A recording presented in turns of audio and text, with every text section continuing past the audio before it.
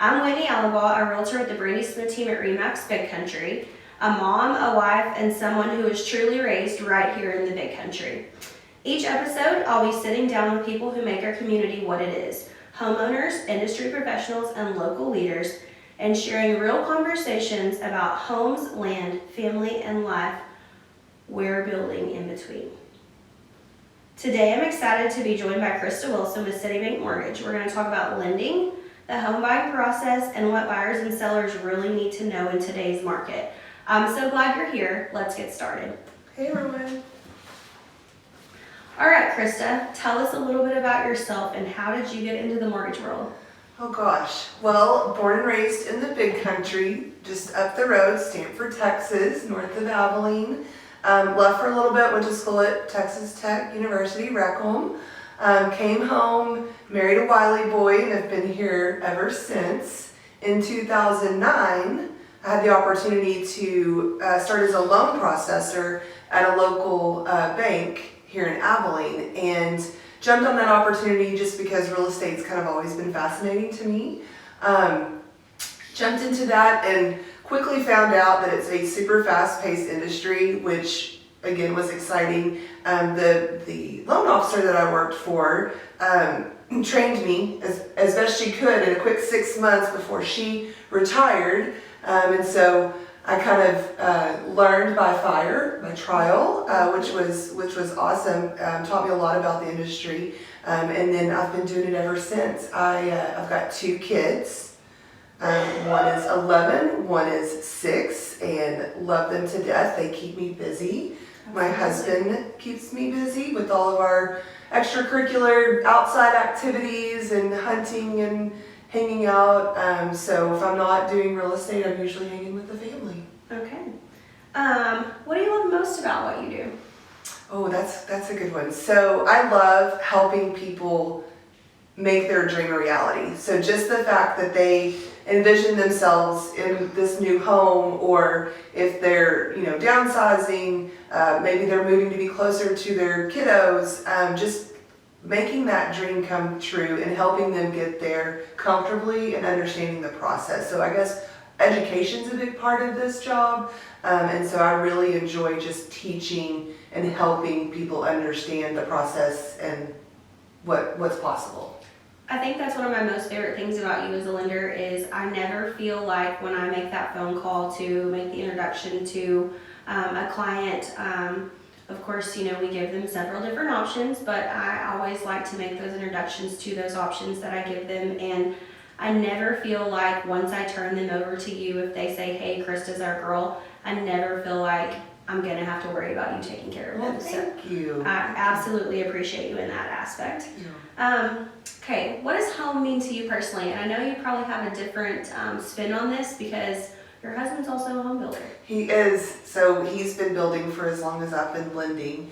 Home it's not just the 4 walls to us. It's the feeling, it's the safety, it's the community, it's the friends down the street. So it's not necessarily the 4 walls that you're in, but more of the feeling of this is where I belong at the end of the day. This is where I want to be. I absolutely get that. Okay, what is something that most people don't know about you outside of work? Okay, so I was bit by a rattlesnake when I was 7 years old at the Texas Cowboy Reunion in Stanford, Texas.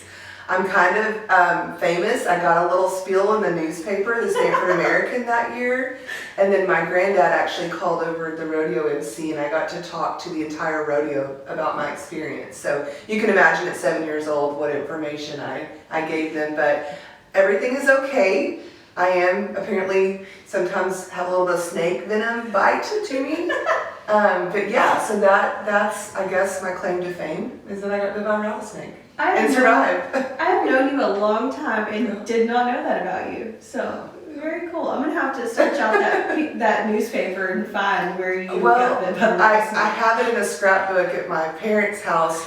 The one thing I do regret the most, well, 2 things actually. I had just gotten brand new tennis shoes, and my mom had advised me not to wear them to the rodeo, and I did. And then she made me throw them away because she thought I got bit on my toe, and she thought maybe there would still be something there. And then when we were in the hospital, the guys the cowboys at the rodeo that killed the snake that bit me asked me if I wanted the rattler, and I said no. And I wish that I had it now, because I would be wearing it as a necklace every day. And I didn't keep it, so that's my biggest regret probably. Okay, all right. So we're going to talk about a little lending and buyer education. Okay. So for someone who's never bought a home, what's the very first step you think they should take? And I know there's lots of opinions out here about this question. Yeah, I mean, once you make the decision that this is the dream, you're going to own a home, you've got your contact with your realtor.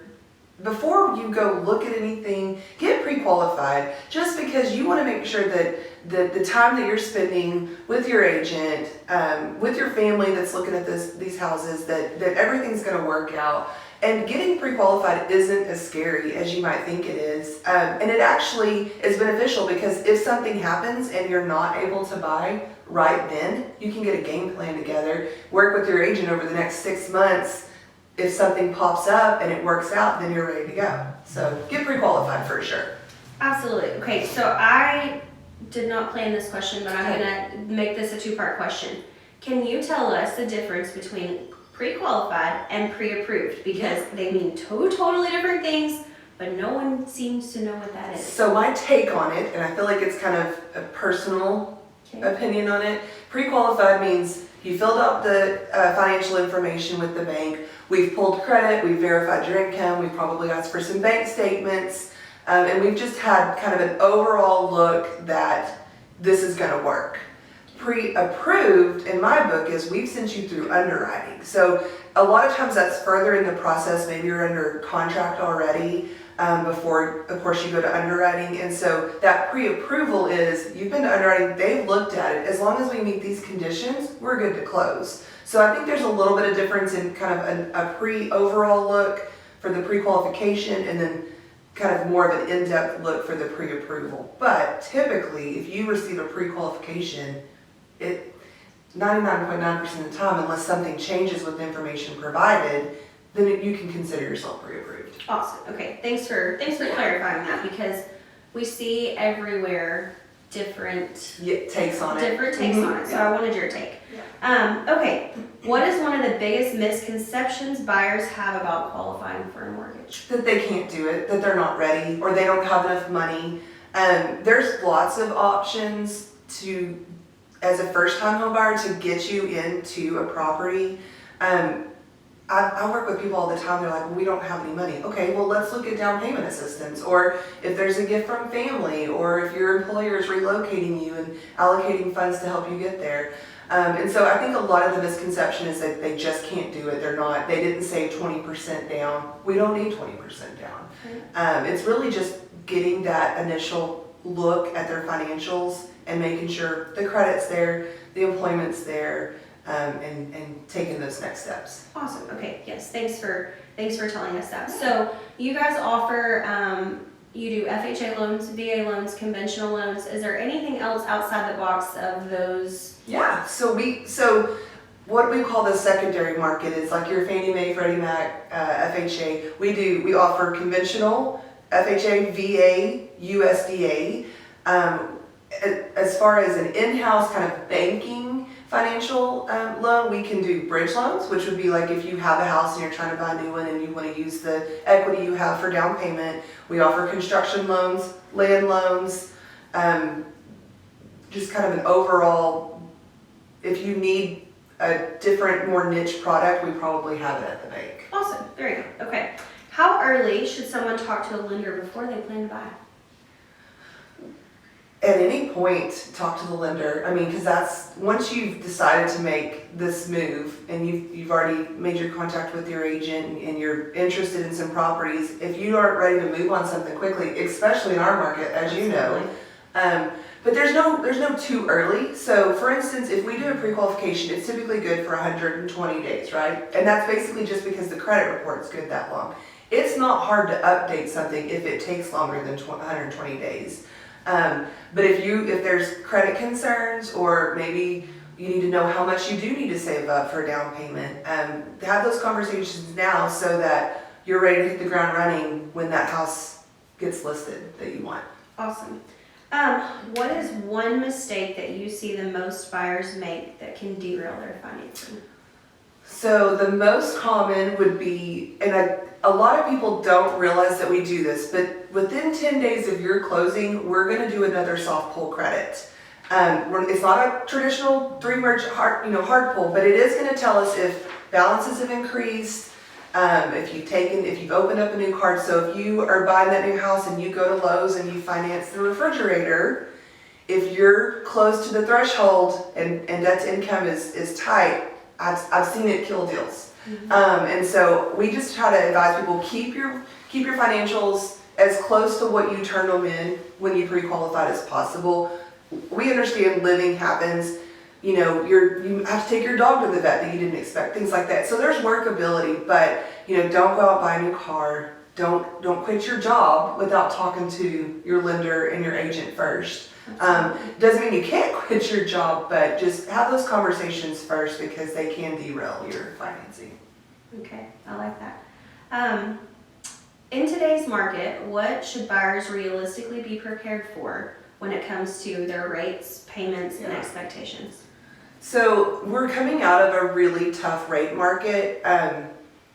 People don't love it when I say this, but 5% is a great rate for real estate. And we're on that threshold. We're on the verge of getting to that really comfortable rate. And so right now, you can expect rates to be in the sixes, probably steadily continuing to decline.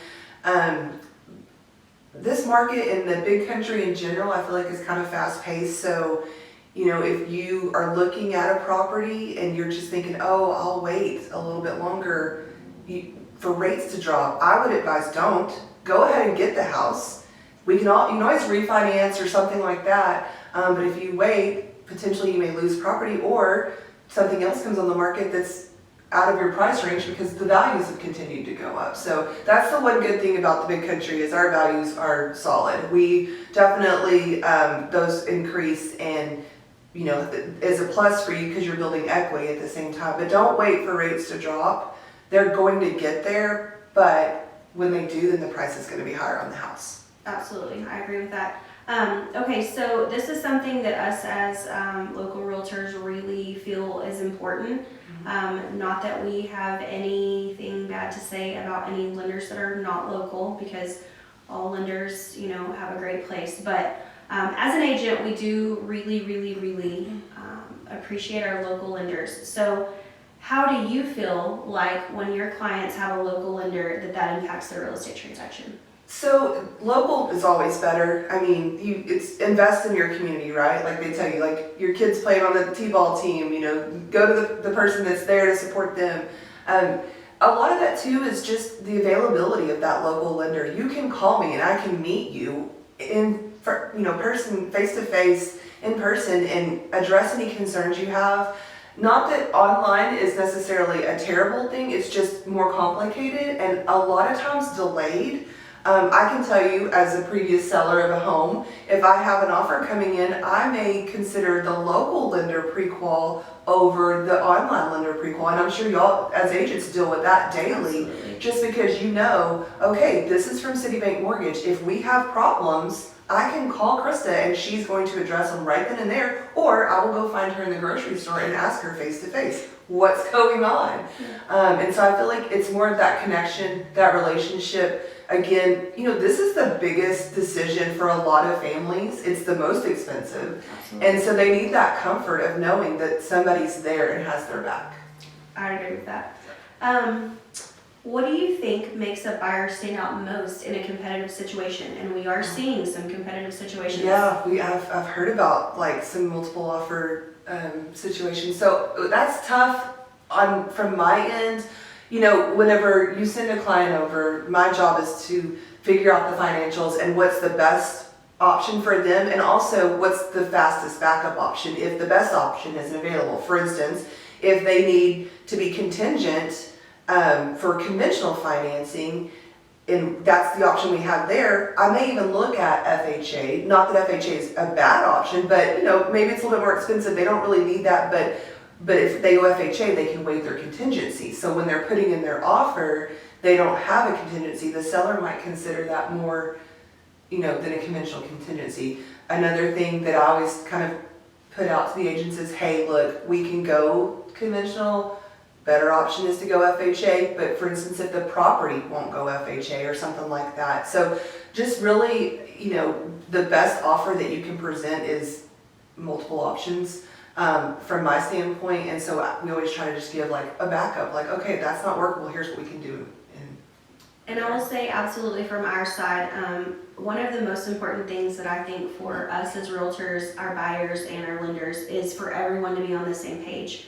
I joke a lot about you can lie to your friends, but don't lie to me and don't lie to your lender. Because I love that. when a crazy situation comes up or a multiple offer situation or a problem comes up, if you don't have a good relationship with your lender and your real estate agent, it is really hard for us to work on your behalf. It is hard for us to go to bat for you when we have to answer the questions from the other agent. So if we're all on the same page, we have a problem, we have something, I can go to your lender and say, hey, here's what we've got, here's what I'm working with, what do you have that might fix this situation Absolutely. or help this situation? And so I truly feel like your local lenders are the best part of the transaction. Not that the buyer buying their new home or the seller selling their home is not the great part, but having a great relationship with all of the people inside of that transaction really helps that go smoothly. I could not agree more.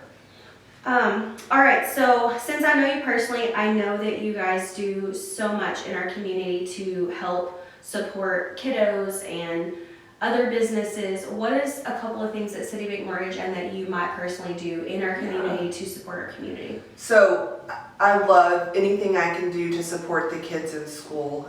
We support a lot of things. Jim Ned, EULA, the FFA program over at EULA we sponsor personally in the past, and then some of the sports programs.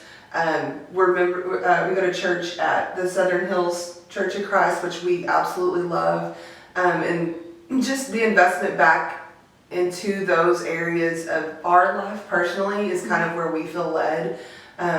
Citibank, I know typically, if you call us for sponsorship for your kids' t-ball team or whatever it is, we're gonna make it happen because we want to be there. We volunteer at Meals on Wheels, which is important in our community. A lot of the clay shoots for Habitat for Humanity, Houses for Healing. I'm personally involved with a couple of organizations through real estate that have led me to connections with different organizations that I didn't even know existed in our little area. So anything I feel led, it's typically like for the kids, let's do it for the children, or an organization that, it builds back into the big country, builds hope into the big country. HBA, I'm currently the HBA president this year, which has been eye-opening and incredible to learn so many different things from that side of real estate, which you don't always get a super big eye-opening on. So that's been exciting. PWB is a big part of my life, which those ladies reach out to our community and invest in ways that you can't even imagine. They just did their Day of Giving, which if you don't know about, they have a budget, they take money and they give gift cards to people. Like, for instance, if they feel led at a gas station to give this gift card to a person, and it can be life-changing for some. So just organizations that build back into the big country. I absolutely love that. So I, being born and raised here also, I am always looking for more ways to give back. And so I need to up that. I need to up that game, but that's a goal for this year. So I love that you guys do all of that. And I'm glad that you spoke about the HBA. So our next guest is actually going to be the Big Country Home Builder of the Year. And so we'll put a pin in that. We'll let him talk about himself. But that is one of the super cool things that I'm so excited to get to do is to interview different people in our community and see different aspects of building and life. Absolutely. And so okay. Coffee or Dr. Pepper? Oh, coffee. Neither? Oh, okay, coffee. Hot Okay. coffee in the morning, cold coffee in the afternoon, all day, maybe a Red Bull at night, and then I'm crashed out. I don't really like Cokes that much, but it's coffee and Red Bull. all day. Okay, so are you an early morning person? Late, no, late. Don't She's listen. like, not even talking about the morning. If getting the kids to school, I don't think I've brushed my hair once this year. It's like a straight roll through drop off. Hands down, I'm not a morning person. Again, I don't think I've had my hair brushed once at kid drop off for school. So. Well, at least you're in the car, you roll through, you drop No them one off, knows. and you Sunglasses on, you they just don't roll know. on through. So, okay. What's your go-to comfort meal after a long day?